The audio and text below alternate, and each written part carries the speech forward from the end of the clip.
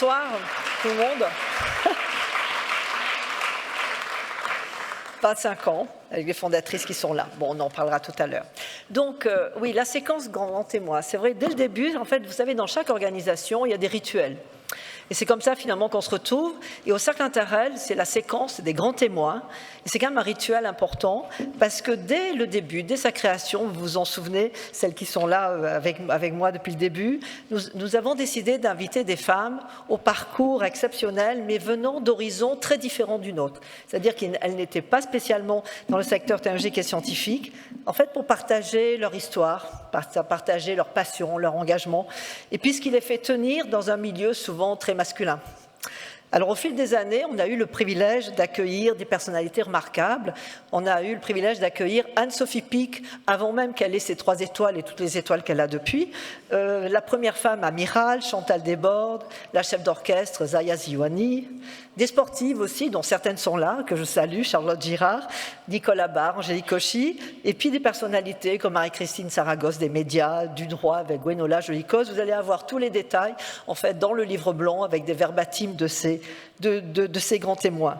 Et c'est vrai qu'on se souvient, tu as parlé, Florence, quand tu as parlé du livre blanc et de l'émotion, c'est vrai qu'il y a beaucoup d'émotions qui ont été suscitées, si vous vous souvenez, quand on a reçu Dorine Bourneton, cette pilote de haute voltige paraplégique, et puis la regrettée Tony Marshall, qui était venue nous présenter son film numéro 1, où d'ailleurs Dominique Maire avait participé. Donc toutes ces femmes, en fait, elles ont marqué l'histoire du Cercle et dont vous les trouverez en effet dans notre livre blanc. Alors cette année, 25 ans oblige, on a décidé d'innover et de changer un peu le format, et au lieu d'inviter une femme, on en a invité 2. Donc pour faire un duo entre générations, et donc la première, je suis sûre que vous la connaissez. C'est une pionnière, engagée depuis plus de 25 ans pour faire bouger les lignes. On a partagé de nombreux combats d'ailleurs au Women's Forum, et je salue Chiara qui est là aussi dans cette salle pour faire avancer la place des femmes dans les instances de pouvoir. Alors, elle a ouvert la voie en cofondant et en dirigeant la première agence de communication et de publicité française au niveau mondial, BETC, dont l'une des lettres porte son nom, et elle est toujours en première ligne sur les sujets d'égalité et de diversité. Alors la seconde est peut-être un peu moins connue, mais elle commence à être quand même très présente, et elle incarne une nouvelle génération. Elle est entrepreneure, elle est écrivaine, figure de la tech, cofondatrice de la start-up Ask Mona, où elle met l'IA au service de la culture et de la visibilité des femmes. Alors je l'ai rencontrée d'ailleurs à l'occasion de son premier livre, consacré à une informaticienne méconnue et dont elle nous parlera tout à l'heure. Alors c'est vraiment un très grand plaisir au nom du bureau du conseil d'administration, au nom de Patricia, sa présidente, de vous réunir aujourd'hui toutes les deux, car ces 2 parcours, ces 2 générations, mais c'est un même combat en fait partagé pour les droits des femmes. Et puis une promesse d'un échange qui je suis certaine va vous inspirer à travers ces témoignages et vos regards croisés. Alors je vous remercie d'accueillir chaleureusement Mercedes Serra et Marion Carré.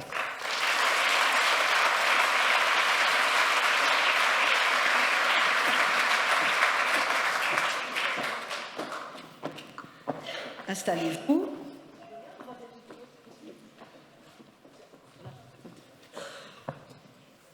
Alors, donc, je reprends mes petits papiers. Ah oui, qui sont restés là.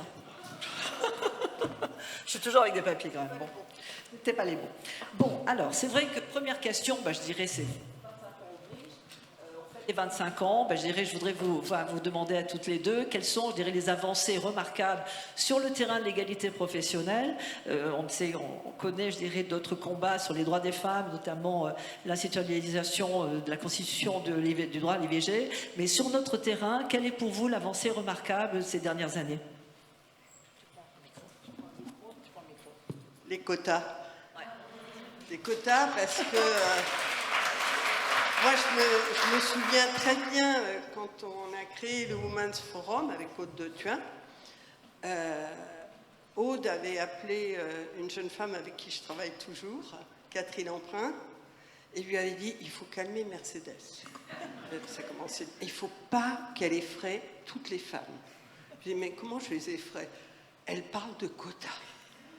Et à l'époque, j'avais des femmes exceptionnelles autour de moi, parce que Aude avait mis autour de nous vraiment des femmes qui avaient fait des carrières, qui au début étaient arrivées en disant « il n'y a aucun problème ». Et alors après, on a mangé des pâtes. Et alors après, elles ont dit qu'il n'y avait aucun problème. Il y en avait une qui a dit « moi, je n'ai jamais fait d'enfant, ce n'était pas possible. Moi, je ne me suis pas mariée parce que ce n'était pas possible. Non, mais tout va bien. Bon, j'ai travaillé 3 fois plus que tout le monde, mais c'était comme ça. Mais tout va bien. Calmez-vous, quoi. On n'est peut-être pas obligé de leur faire subir ça à toutes. Donc, si on mettait des petits quotas, et là, oui, c'est vrai, c'était effrayé, elles avaient très, très peur d'être pointées du doigt, de ne pas mériter leur place. C'était horrible. Et là où je suis contente, c'est qu'elles ont commencé à dire, bon, on est peut-être un peu obligé, mais pas pour longtemps. Et moi, je crois qu'on est obligé pour longtemps. Et on est bien content d'avoir les lois. Je suis hyper contente. S'il y a quelque chose où j'ai été utile, c'est à pousser cette loi comme une dingue, d'ailleurs en m'appuyant sur tout le monde. Je ne comprenais même pas que ce soit Copé qui m'aide, mais bon, il m'a aidé, donc merci Copé, merci. Et on a réussi à faire passer cette loi. Et ce qui me fait le plus sourire, c'est quand les entreprises aujourd'hui, dans les conseils d'administration, me disent « on a beaucoup avancé, hein, on a été formidables, nous les entreprises ». Oui, bien sûr.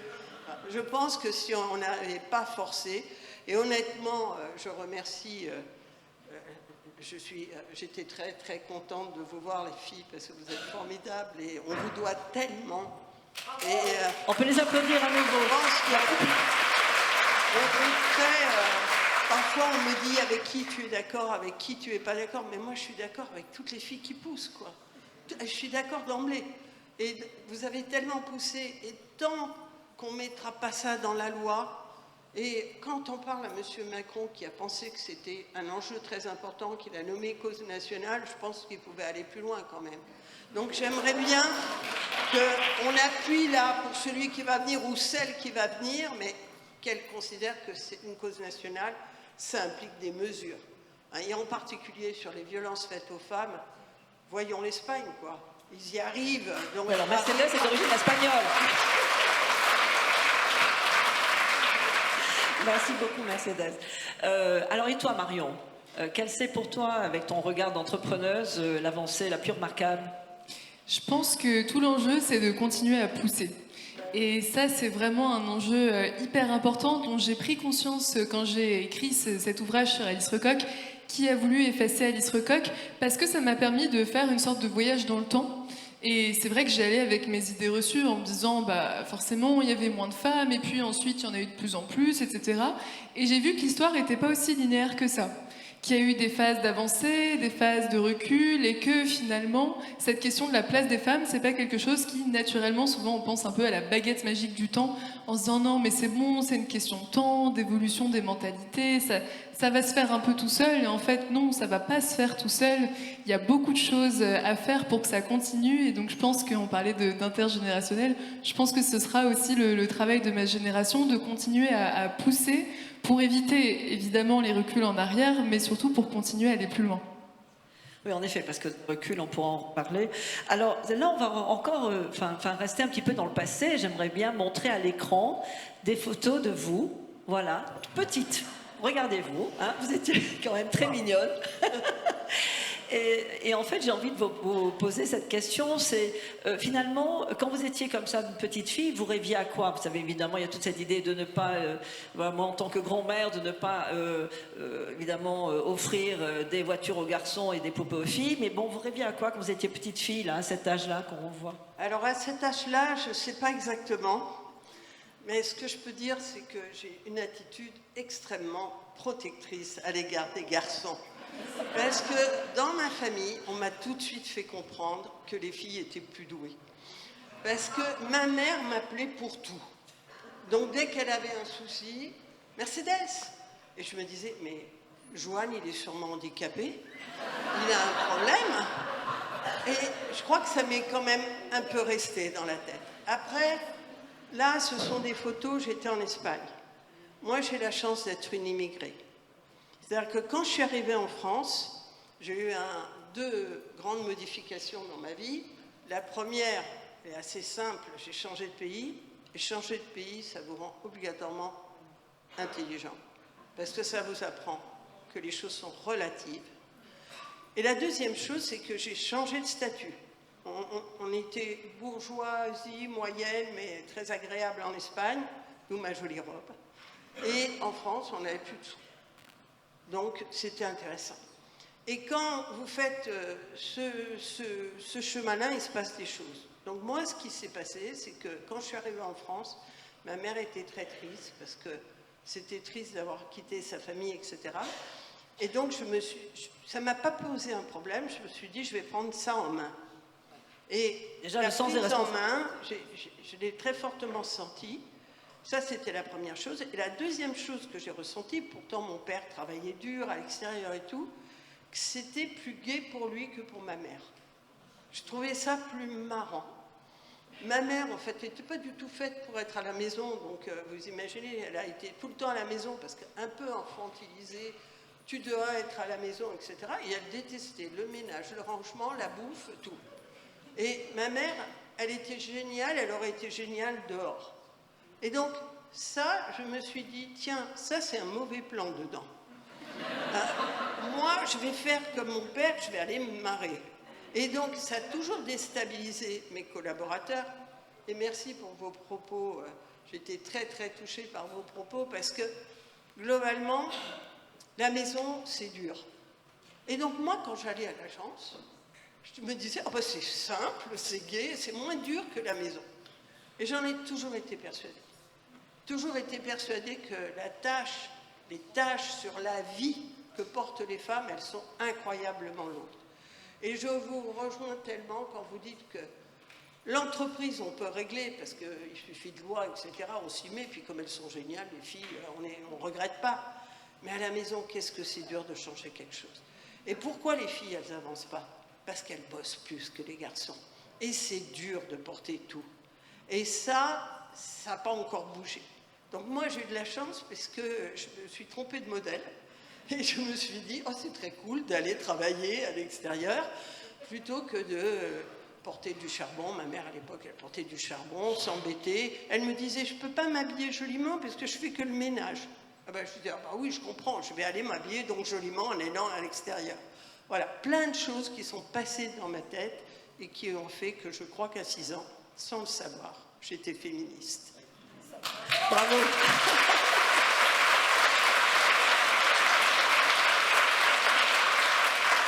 Alors et toi Marion, quel était ton rêve de petite fille? Je pense qu'on peut voir sur cette photo que j'avais une énergie créative pas tout à fait canalisée à ce moment-là. Et effectivement, je me suis assez tôt, en fait, je me suis mise en tête de vouloir devenir journaliste. J'ai eu cette idée très très tôt. Et donc, je me voyais absolument pas devenir entrepreneuse, encore moins dans l'intelligence artificielle. J'étais persuadée d'être nulle en maths. Alors j'ai quand même eu 20 au bac, mais j'étais sûre que j'étais nulle.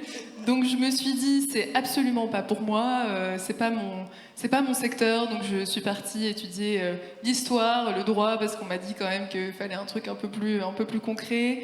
Et j'ai comme ça exploré en cherchant à m'orienter vers le journalisme, jusqu'à ce qu'une forme d'accident de parcours me fasse tomber dans l'entrepreneuriat, parce que je me suis dit, donc j'avais créé un média sur l'histoire de Paris, et puis après j'ai eu envie de pouvoir faire rentrer plus directement en relation mes lecteurs qui me demandaient des conseils de sorties culturelles et les institutions culturelles qui cherchaient à capter aussi ces lecteurs. Et c'est comme ça qu'est venu Asmona, complètement par accident en fait, parce que je pense qu'il y avait aussi une question de modèle. J'avais aucun modèle autour de moi de personnes.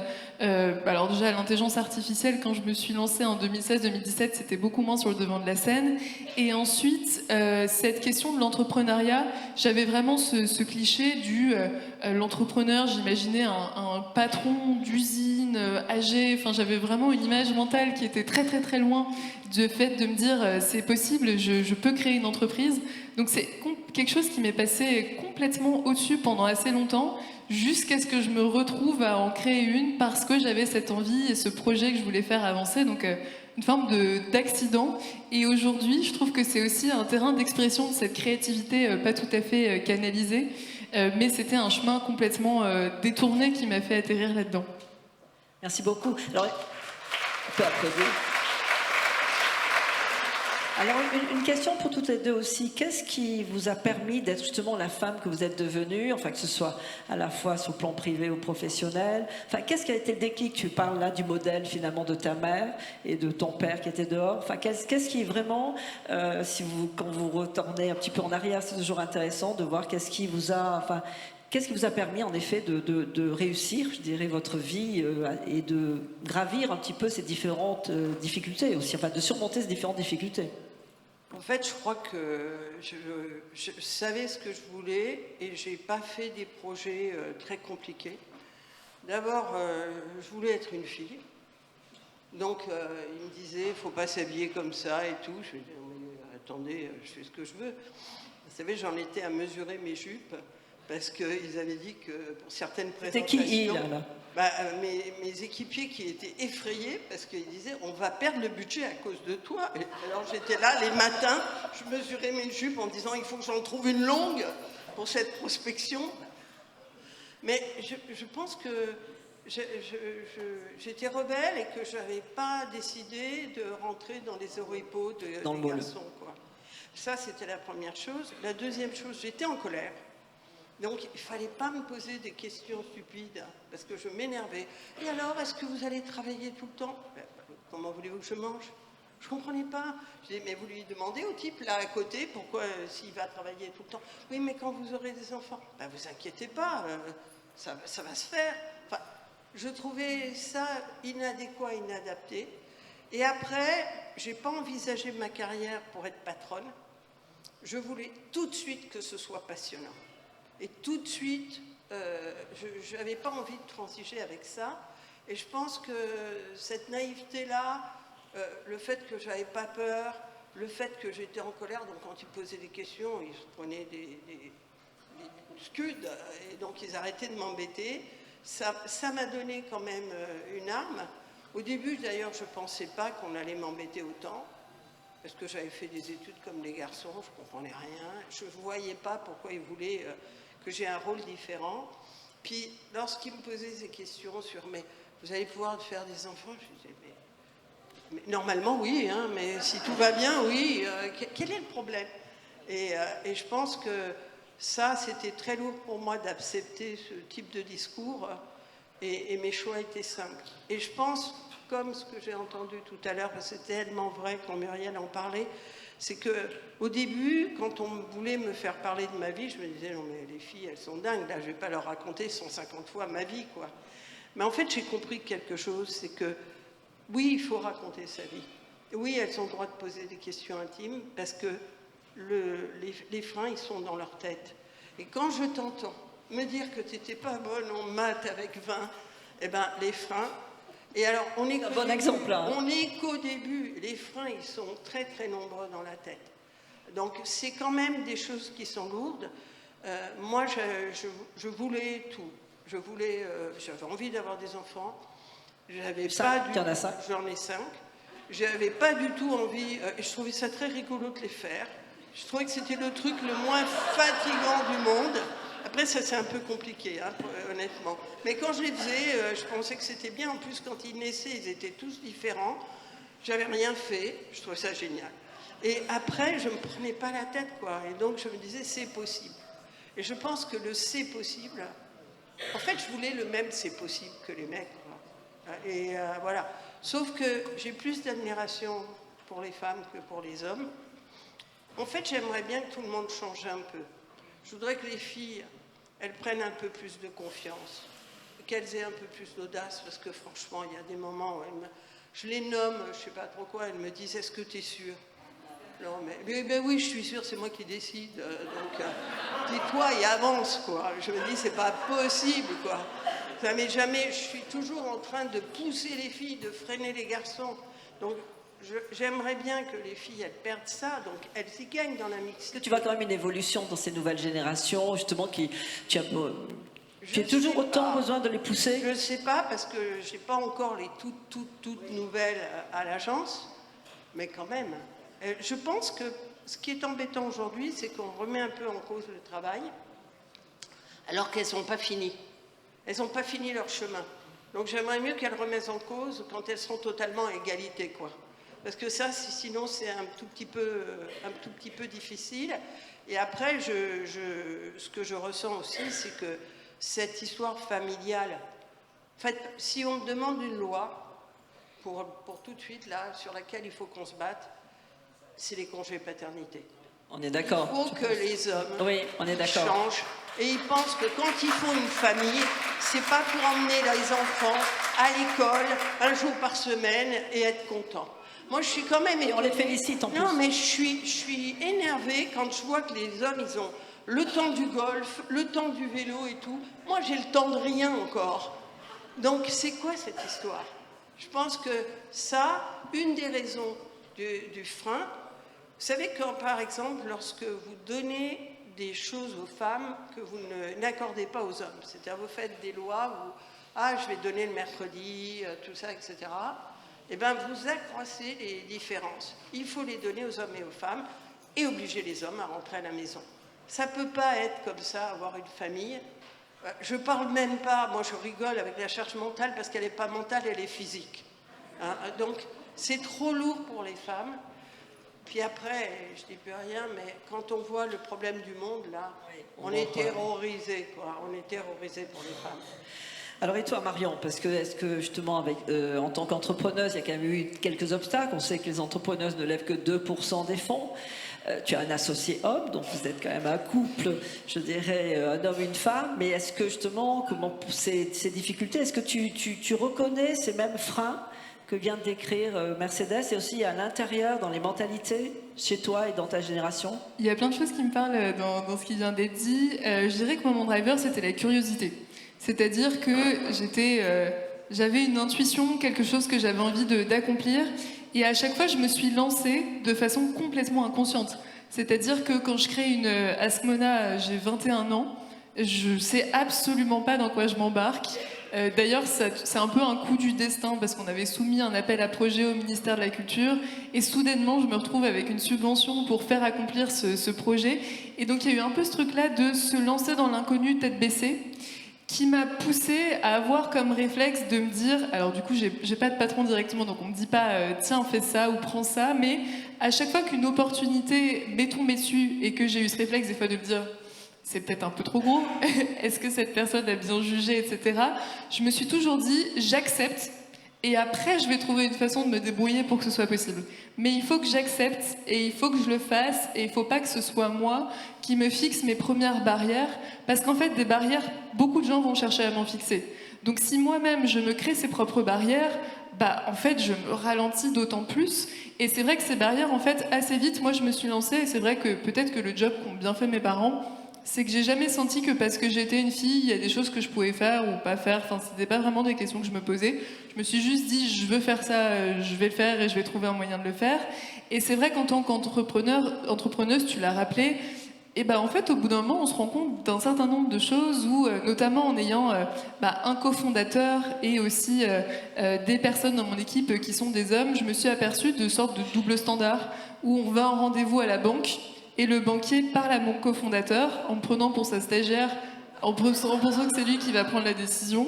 Des cas comme ça, j'en ai eu plein, où si j'avais un homme à côté de moi, soudainement, j'existais plus tellement, on pensait que j'étais là pour prendre des notes, enfin, c'est quand même hallucinant. Donc c'est vrai que ces trucs-là, ça existe, mais c'est important justement de montrer des contre-exemples. Et je trouve que ce que je reconnais aussi dans ce que tu disais, c'est la question des rôles modèles de proximité. Quand tu parlais du fait de parler de sa vie et de se dire mais pourquoi parler de sa vie et à quoi ça sert, c'est qu'en fait c'est autant de graines où d'autres personnes peuvent se dire ah c'est comme ça qu'elle a fait, c'est ça qui s'est passé. Et sur la figure d'Alice Recoq et ce qui m'a poussée à écrire cette enquête qui a voulu effacer Alice Recoq pour redécouvrir qui elle était, c'est que pour moi c'était très important de mettre en avant une femme qui pouvait être un rôle modèle de proximité, parce que quand on pense aux pionnières du numérique et de l'informatique, on va avoir des exemples un peu grandiloquents ou rocambolesques, si on pense à Ada Lovelace, qui était cette comtesse anglaise, si on pense à Heidi Lamar, qui était aussi une actrice hollywoodienne, on se dit waouh, la barre elle est là, ne serait-ce que les femmes et les sciences, souvent Marie Curie, c'est une barre très très haute. Et je me suis dit en fait au bout d'un moment, déjà pourquoi on n'a pas de française ? Est-ce qu'il n'y en a pas eu? Est-ce que c'est juste qu'on ne les connaît pas? Et quand j'ai découvert le parcours très impressionnant d'Alice Recoq et que je me suis aperçue que moi-même je ne la connaissais pas, que sa page Wikipédia avait failli être effacée, je me suis dit mais quel gâchis, parce qu'en fait on passe à côté d'un rôle modèle potentiel, d'une figure à laquelle d'autres personnes pourraient s'identifier pour trouver des choses qui peuvent les aider ensuite à avancer. Et je pense, et c'est pour ça que ce duo intergénérationnel est aussi très intéressant, c'est que au fond c'est une longue chaîne. C'est comme quand on est chercheur, on s'appuie sur tous les travaux des chercheurs avant nous. Et je pense que pour la progression aussi des femmes, c'est ça en fait. C'est que génération après génération, on doit s'appuyer sur ce qu'ont fait les générations précédentes pour aller toujours un cran plus loin. Oui, alors on peut l'applaudir. Et d'ailleurs, juste petit passage de publicité, ton bouquin vient de sortir en poche, Alice Recoq, c'est comme ça qu'on s'est connus, et donc sur l'invisibilisation, ça se lit comme un roman, c'est formidable. Elle vient d'en sortir un autre. Bon, je termine ma page de publicité. En fait, ce qui est bien, c'est qu'en effet, vous avez ce discours, cet engagement positif et cette énergie que l'on sent, d'ailleurs, que l'on sent ici sur scène, mais qu'on a senti tout l'après-midi et que l'on sent au sein des réseaux et dans les entreprises. Mais c'est vrai qu'aujourd'hui, tu l'as mentionné, Mercedes, malgré la loi, on se rend bien compte qu'il y a encore beaucoup de chemin à parcourir.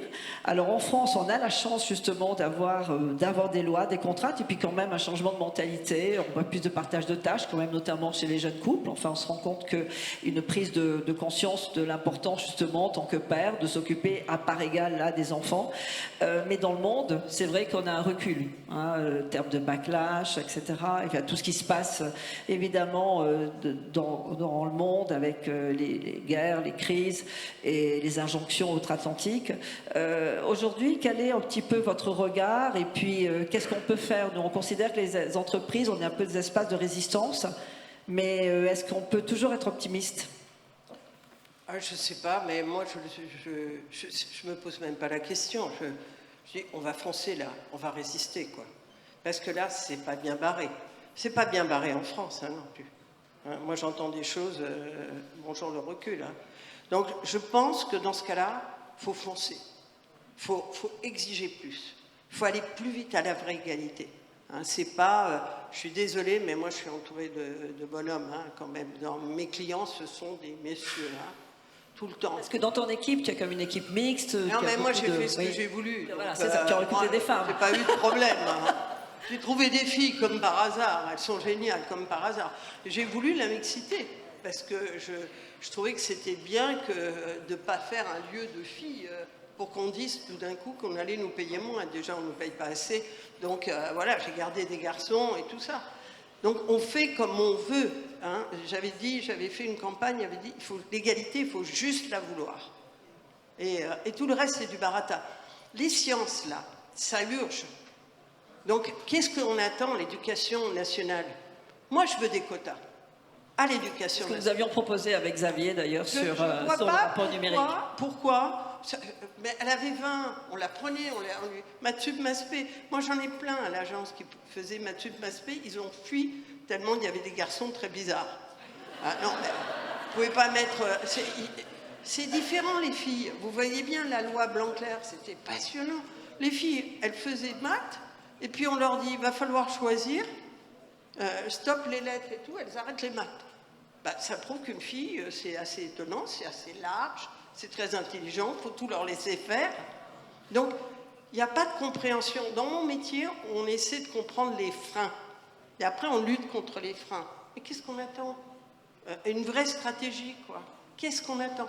Donc, nous, on est pressés. Je pense que dans l'état du monde, petit 1, il faut qu'on gère la France. Parce qu'on n'est pas bien barré. Donc, on gère la France pour que notre autorité, elle soit reconnue, pour qu'on aille plus loin, pour qu'on ait des règles. Et franchement, c'est très politique. Donc, il faut foncer là-dessus. On essaye. Vous savez, par exemple, tout ce qui est stéréotype, pour aider dans les familles, vous ne pouvez pas rentrer dans une famille, et puis je rentre, et puis je dis, voilà mon point de vue, quoi. Il n'y a qu'une chose qui rentre dans les familles, c'est la pub. Depuis des années, je dis, il faut faire des campagnes pour rentrer dans les familles. J'ai même proposé de les faire gratuitement. Ils ne veulent pas. Enfin, ça ne va pas à la tête. Et il faut en faire du 1er janvier au 31 décembre. Parce que notre retard, il est tellement, c'est tellement inscrit. Parce que, croyez pas que moi je sois révolutionnaire, hein. Je rentre chez moi, je fais tout. Hein. Non, tout le monde croit qu'il y a une légende où moi je m'assois. Et non, pas du tout. Hein, j'ai ma liste de trucs, je ne m'arrête jamais. Pendant les vacances, je m'occupais des enfants, je taillais les crayons. Non, mais on fait tout. Donc on est quand même programmé, et c'est très difficile de modifier ça. Et les garçons sont programmés. Ils sont durs à modifier aussi. Donc il faut qu'on fasse ça. Il faut qu'on prenne, il faut qu'on fasse, on utilise tout. C'est l'éducation. Et c'est un enjeu. Mais comme c'est la politique qui change, vous ne pouvez pas changer les familles si vous n'intervenez pas. Donc comment on fait? Et je pense que de vouloir être exemplaire, je parle de la France, deuxième pôle, l'Europe. Mais enfin, bien sûr qu'il faut qu'on ait une Europe pour pouvoir dire stop à tous ces crétins du monde qui sont que des hommes pour le moment. Hein. Je vous rappelle que la violence, ce sont les hommes. Donc, et je pense que j'ai 5 garçons. Vous ne croyez pas que je n'aime pas les hommes? J'adore les garçons. Mais tu as des petites filles, je crois. J'ai une petite fille. Et je vais vous raconter, parce que j'ai été émue ce week-end. Disney, je vais à Disney. Et donc ma petite fille, elle a 6 ans, tu vois. Elle s'appelle Nouria. Et Nouria, on arrive... Et tout le monde lui dit « Bonjour, princesse ». Oui, mais c'était la Reine des Glaces. Ouais, oui, c'est ça. J'ai fait la totale et tout. Et donc, moi, je trouvais ça mignon qu'on l'appelle princesse. Elle me dit « Je ne suis pas une princesse ». Bon, je me dis « Ça commence bien ici ». Et donc, elle leur dit « C'est pas moi ». Bon, d'accord. Ensuite, on va dans le parc. Ils lui disent « Mais quelle est ta princesse préférée ?» Elle dit « C'est Robin des Bois ». Elle est trop bien.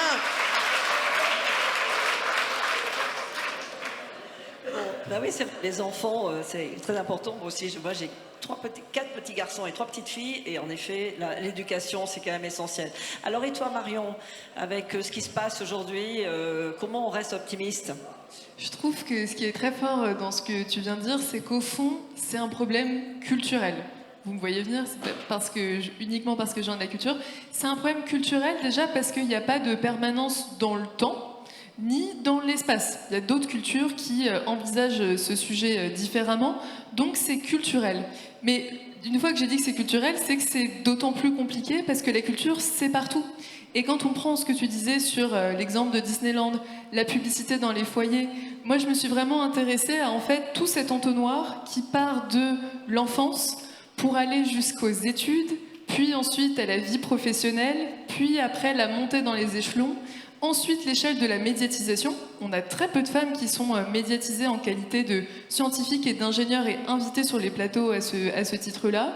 Et après, la question de la postérité, on finit par les oublier. Et en fait, c'est à toutes ces étapes du processus qu'il faut agir pour changer les imaginaires, pour changer qu'est-ce que c'est. En fait, on pense à scientifique. Peut-être que tout de suite on voit un homme, il faut qu'on voit une femme, on pense à l'intelligence artificielle. Il faut arrêter d'avoir des images qui sont très très ancrées au plus profond de nous, ou même des parents. Et d'ailleurs c'est fou parce que les gens s'en rendent pas compte. Je pensais, l'autre jour je marchais dans la rue et je vois une publicité pour une école d'ingénieurs post-bac, et sur la photo il y avait que des hommes. Et je me suis dit, ça leur est pas passé par la tête de se dire qu'il y a un problème sur cette publicité. Et en fait c'est si ancré que les gens ne le voient pas. Et c'est ça qu'il faut travailler en fait, c'est se décentrer pour travailler cette problématique culturelle des imaginaires. Oui, je suis entièrement d'accord avec toi. Heureusement que nous avons dans la salle Aline Aubertin qui dirige l'ISEP et qui, elle, en effet, fait en sorte qu'elle ait beaucoup plus de femmes dans ses effectifs. Bon, mais tu as entièrement raison, c'est vrai que il y a, disons, un besoin, et c'est ce sur quoi travaillent en fait les entreprises du cercle Interrel. Ce changement de mentalité, ne parlons pas du rapport du sexisme chaque année du HCE qui nous plombe, donc il y a encore beaucoup de travail. Alors, je vois le temps qui passe, là il nous reste 5 minutes.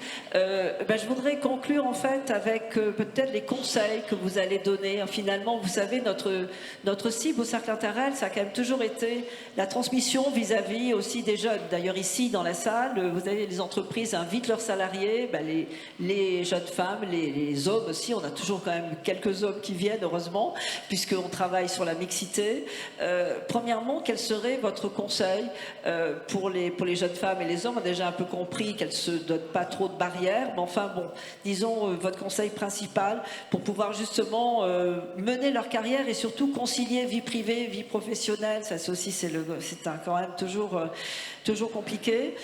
Et puis après, le conseil aux dirigeants. Parce que finalement, ceux et celles qui décident, alors quand on a la chance d'avoir une patronne comme toi, je crois qu'en effet, l'équipe peut se dire que tu crées des conditions de culture et de carrière qui vont être favorables aux hommes et aux femmes. Mais bon, c'est peut-être les dirigeants de nos entreprises sont certes engagés, mais enfin, c'est vrai qu'on a encore du travail. On n'est quand même pas dans un monde tout à fait égalitaire, loin de là. Moi, je n'ai pas envie de donner des conseils très gentils. J'ai envie de dire qu'il faut être en colère. Mais il faut avoir une colère. On ne va pas engueuler les mecs d'avant et tout. Moi, ça ne m'intéresse pas de dire le passé et tout, je m'en fous. Aujourd'hui, colère positive. Hein, on adore les bonhommes. Mais enfin, à chaque fois que les filles se réunissent, vous savez, une des grandes réflexions, comment on fait pour que les hommes ils puissent être là, mais qu'ils se débrouillent. Enfin, on a eu... ceux qui veulent être là, ils sont là, mais les femmes ont besoin de parler. Vous vous rendez compte, au Women's Forum, quand on a voulu appeler ça Women's Forum, tout d'un coup, les filles, j'arrive avec un logo, il y avait marqué Women's Forum, et les filles, les dames autour de la table me disent « Pourquoi Women ?» Je me suis dit, mais parce que c'est pas chien, c'est pas chat, qu'est-ce que je vous dise, moi? C'est hallucinant, quoi. Donc, soyez pas en crainte, vous allez faire, en luttant pour vous, vous allez faire énormément de bien pour les hommes. Parce que l'égalité, c'est du bien pour tous. Le monde tel qu'il tourne, il ne tourne pas bien. Donc, je pense que toutes les femmes, on n'est pas géniales, mais peut-être on pourrait le faire tourner un petit peu mieux. Moi, je prends juste les accidents et la violence, 90% chez les hommes. Hein? Donc, je pense que peut-être le monde y tournerait mieux si on arrivait à une belle mixité, faire bouger les hommes, faire bouger les femmes, on aurait peut-être un monde meilleur. Mais pour ça, il faut être un peu... faut pas être... J'aime pas, par exemple, le mot concilier. J'aime pas le mot équilibre. Personne ne dit à un mec, comment tu vas équilibrer ta vie? Vous savez quoi? Si l'enfant est malade, vous n'équilibrez pas votre vie, vous foncez vers l'enfant malade. Et puis quand vous n'avez pas d'enfant, vous pouvez travailler plus. Enfin, il y a des tas de trucs, mais il faut avoir des passions. On n'est pas dans un monde... Est-ce que moi j'ai tout réussi? Mais que dalle!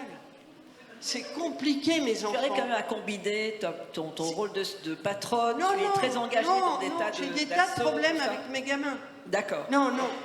Ça nous rassure un peu. Non, ça me prend la tête comme c'est pas possible. Donc, il faut pas mythifier, quoi. La vie a été dure. Hein, c'était pas... moi, j'allais à l'école avec ces nouilles qui disaient « À 4h30, quand vous arrivez, regardez le cahier de texte. » 4h30 quand j'arrive, je regarde quoi? Le cahier de texte. Mes pauvres gamins, c'était 5 garçons, on n'arrêtait pas de leur parler de la réussite de leur mère. Ça leur prend la tête, ils ont un espèce de complexe. Si j'avais été un homme, ça aurait été plus normal. C'est pas normal tout ça. Donc, il n'y a rien de très facile, il n'y a pas de modèle où vous vous dites « Oh, elle est géniale, Mercedes, sa vie est totalement réussie. » Je ne sais pas, parce que pour moi, là, ce qui compte, c'est que mes enfants aillent bien. Donc, je ne sais pas si c'est tout à fait réussi. Donc moi, ce que je voudrais, c'est que vous vous battiez parce que vraiment, l'État n'est pas bon. On a fait des campagnes, je voudrais juste vous parler de ça. La dernière campagne que tu as faite avec... Il y a 3 campagnes dont je voudrais vous parler. Une qu'on a faite avec l'HCE, gratuitement évidemment, parce qu'au moins ces gens-là acceptent que ce soit gratuit, l'État non, mais voilà, HCE oui. On avait ce problème, on s'est aperçu que dans l'égalité, dans le problème des garçons et des filles, on voyait monter la violence chez les jeunes aujourd'hui. La violence chez les jeunes aujourd'hui.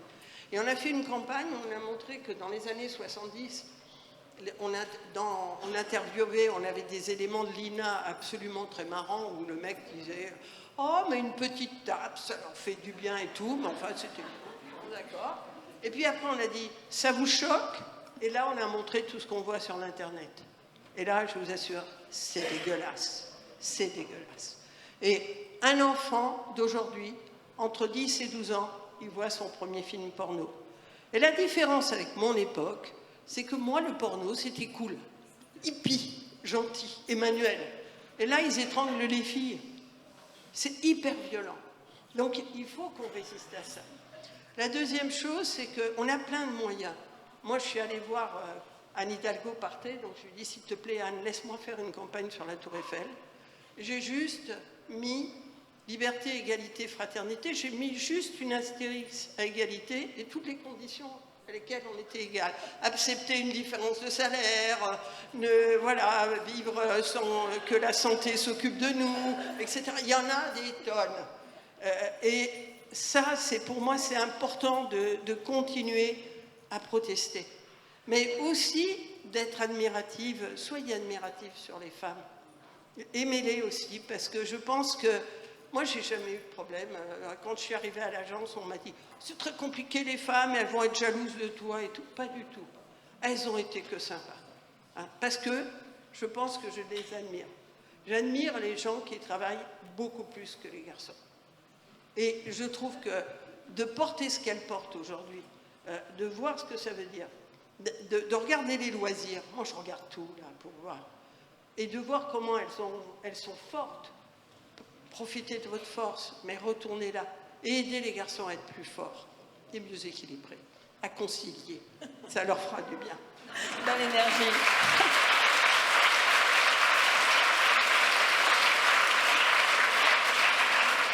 Merci beaucoup Mercedes. Alors et toi Marion, conseil ou voilà, est-ce que tu veux partager en fait le Cercle Interrel pour ta première venue au Cercle Interrel? Je dirais qu'il y a une forme de pragmatisme. Si on pense à la problématique de la diversité dans la tech, en fait, on n'a pas le choix. Si on veut avoir des produits, des technologies qui servent vraiment tout le monde, on a besoin d'avoir dans les équipes des personnes qui servent cette diversité. Et ça, c'est quelque chose qui s'applique des deux côtés. Qui s'applique du côté des femmes pour se dire, bah oui, il faut participer à construire le monde de demain et être impliqué dans la conception de ces technologies parce qu'elles sont partout. Et si on n'est pas là au stade de la conception, personne ne va penser aux besoins spécifiques qu'on pourrait avoir, ou alors on va avoir des visions très stéréotypées. Donc il y a besoin de prendre sa place, d'être là pour la conception.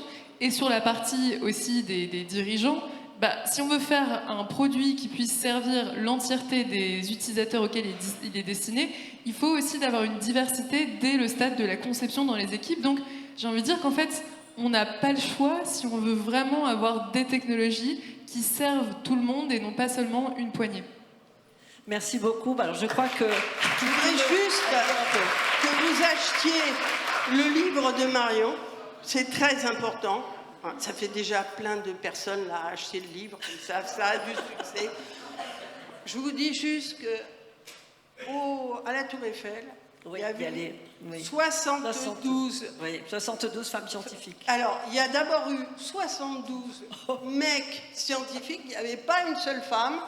Et en cherchant, on en a trouvé 72 de femmes. Et on les a collées au 2e étage. Bravo.